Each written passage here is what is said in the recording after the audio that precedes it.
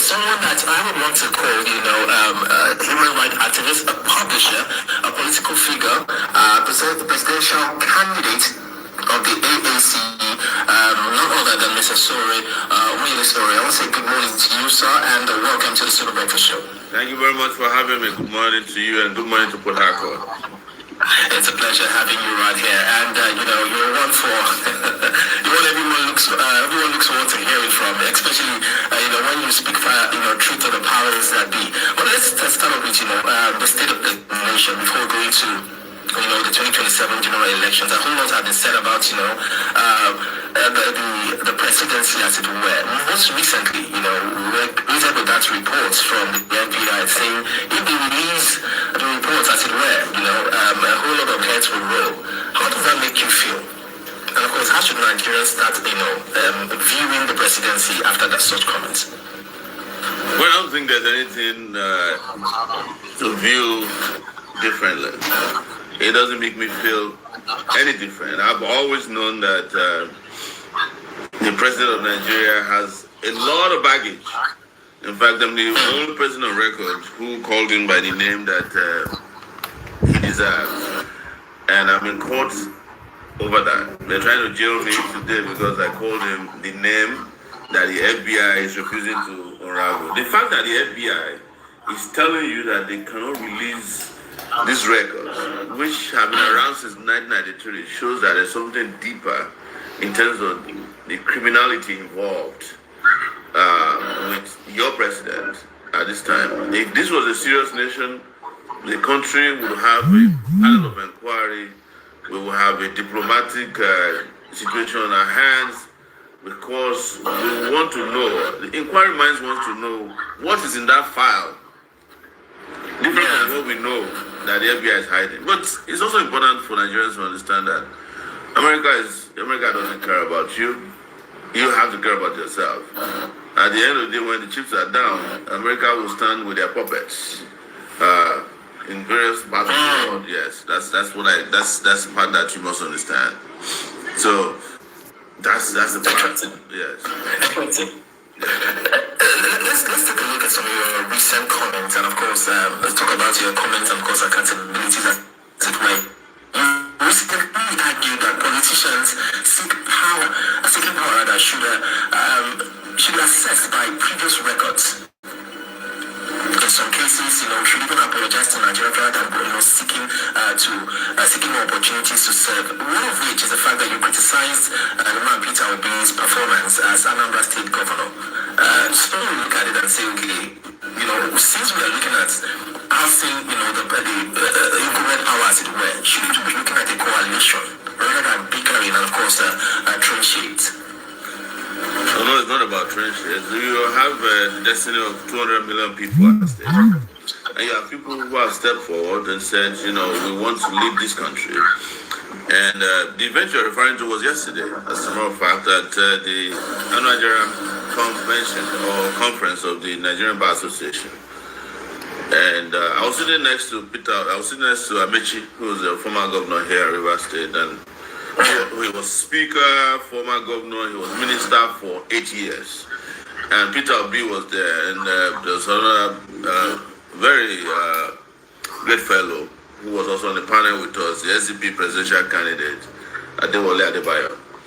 So, after when we were asked to make the opening statement, Amechi said it. He said, "Judge us by our records."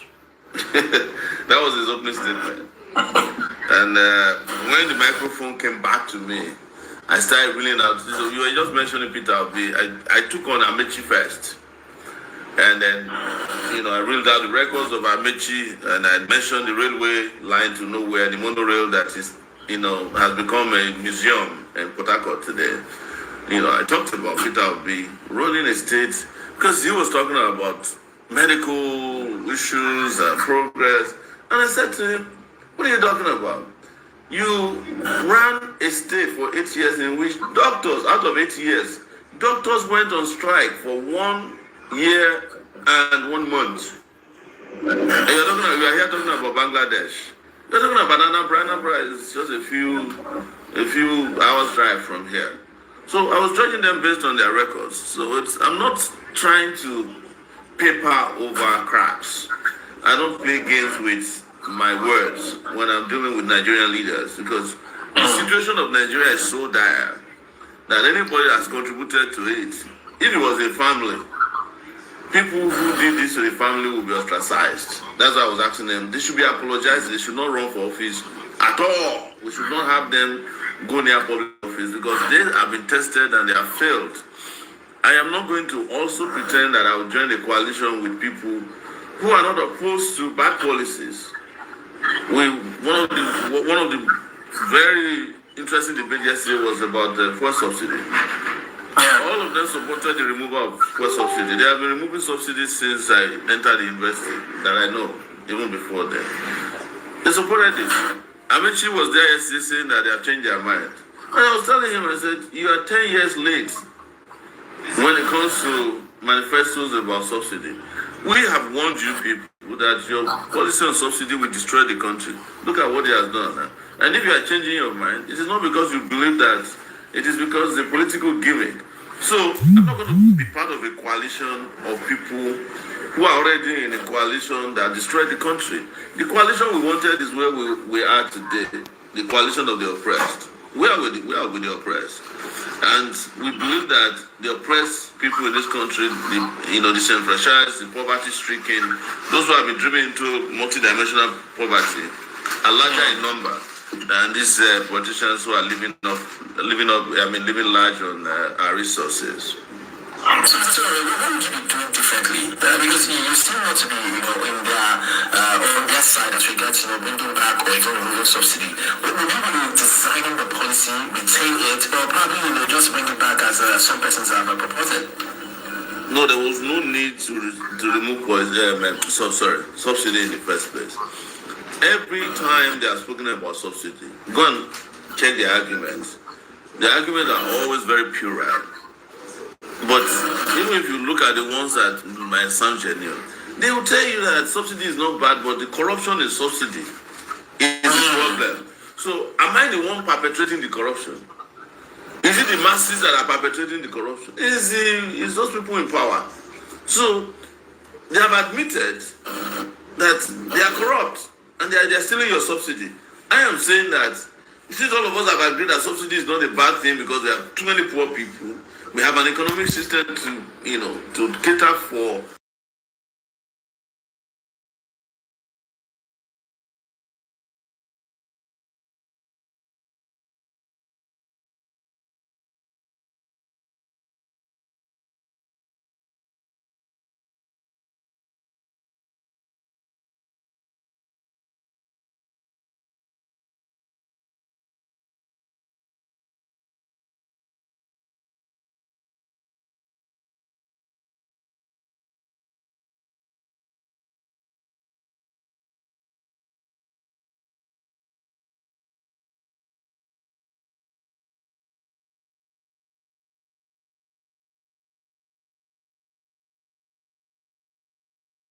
its vulnerable people.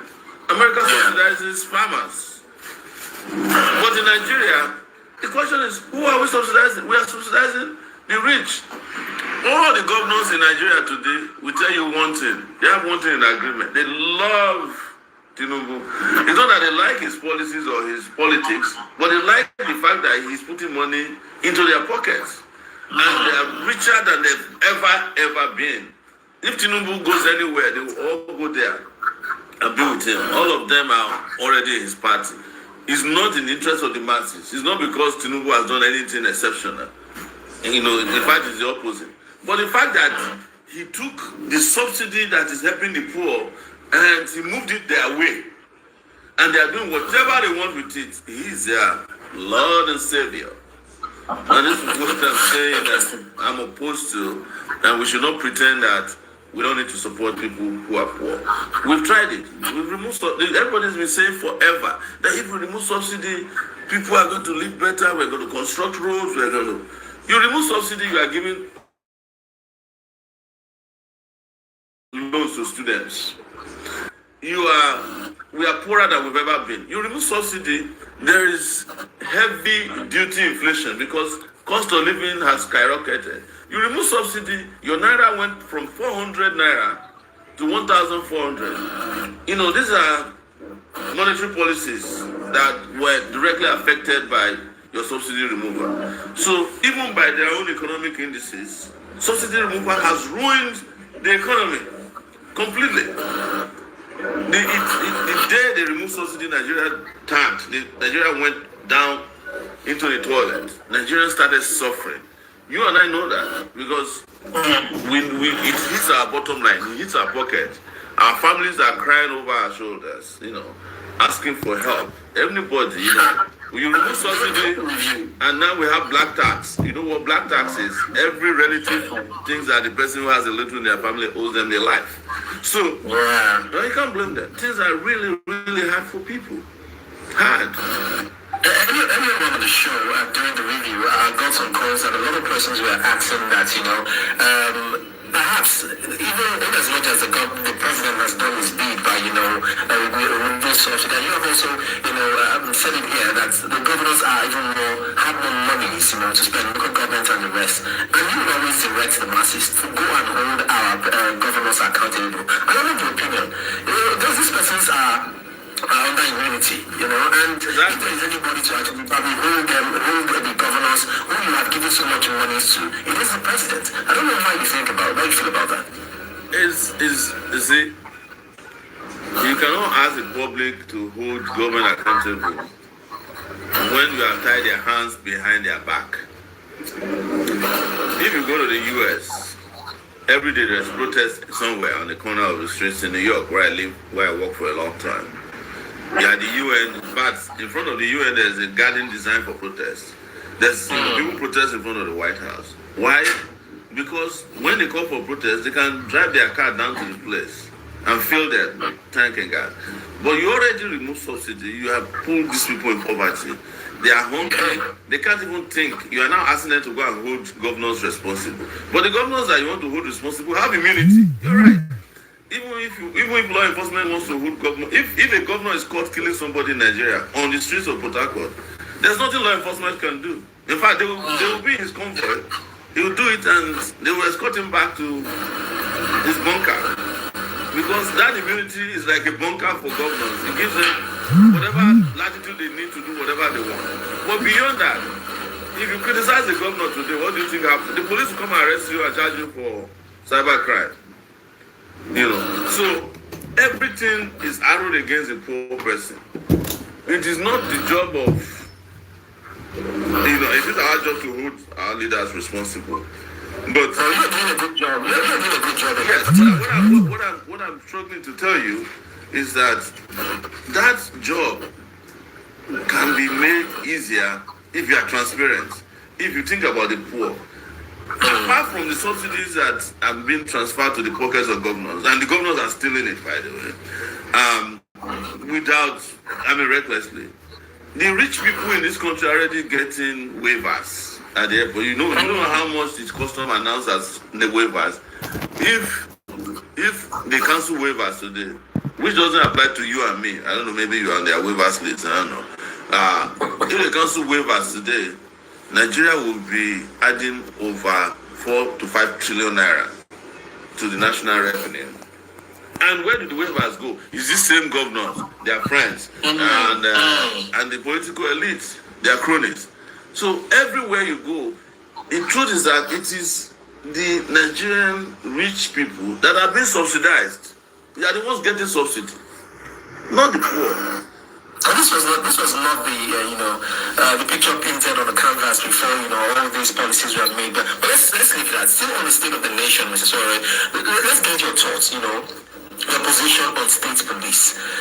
If you support it, I want to find out, and how will you prevent governors from turning, state police into instruments against opposition, journalists, and of course, ordinary citizens? I completely support state policing. Yeah. In fact, we should not be debating it because we're a federal government. A federation. Let me just say one quick thing. Most of the laws in Nigeria, particularly criminal laws in Nigeria, do you know that they are all states' laws. If you commit murder in River State, you're going to be prosecuted by the Attorney General of the Rivers or the Director of Public Prosecution. So, if criminal laws are domiciled in the state, law enforcement will also be domiciled in the states.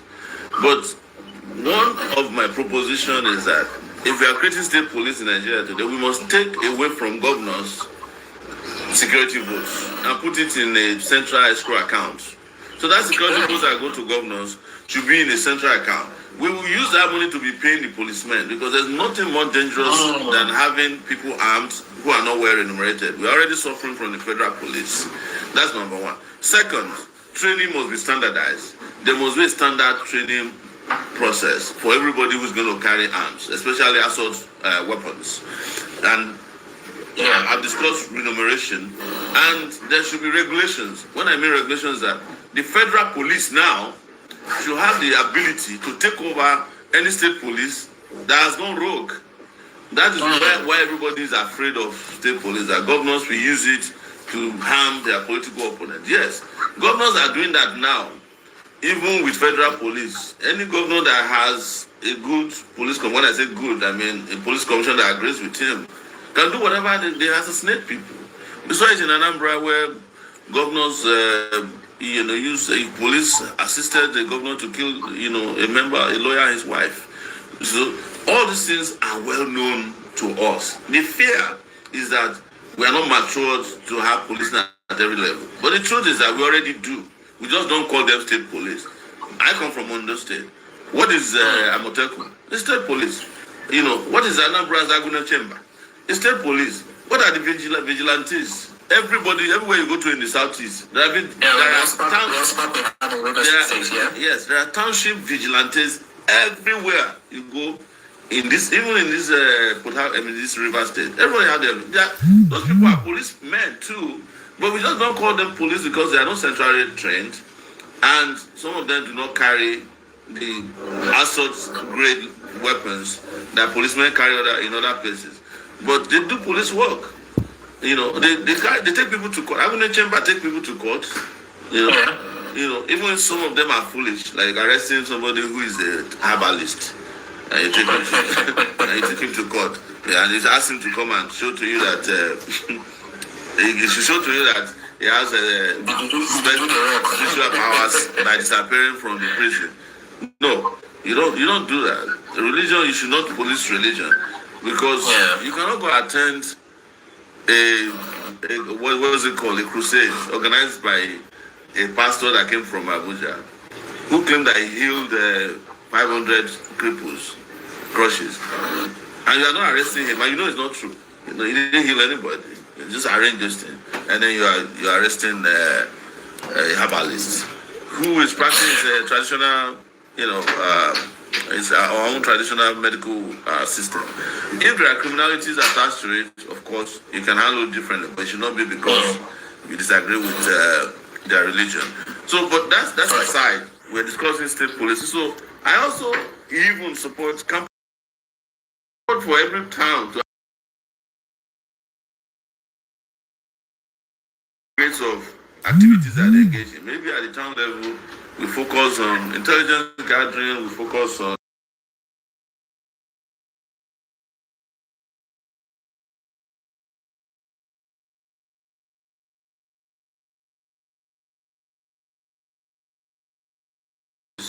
the southeastern region can have their own police, the south side region can have their own police. In addition to we need